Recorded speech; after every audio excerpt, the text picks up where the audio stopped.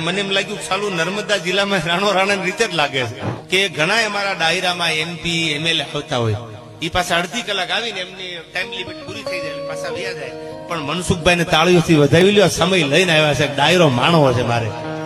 હું પાછા વિડિયા જોતો હોય એમને ક્યારેક ક્યારેક ઝપટ કરી લે છે તો મને એમ લાગ્યું ચાલુ નર્મદા જિલ્લામાં રાણો રાણા રીતે જ લાગે છે